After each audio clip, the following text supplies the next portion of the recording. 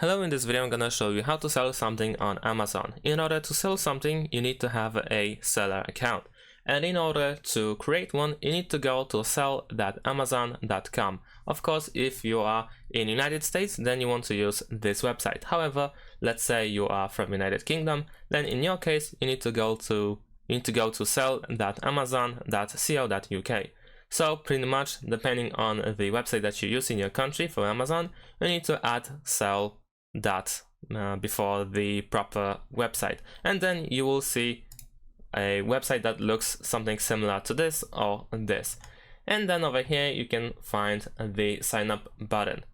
If you go to the sign up, then of course you will start your registration process. Here you might need to select your business location, so you need to select your country, and of course you will also see requirements, what you need in order to create such an account. After that, all you need to do is simply go through the registration process, so read carefully whatever it is being shown to you while the process of registration.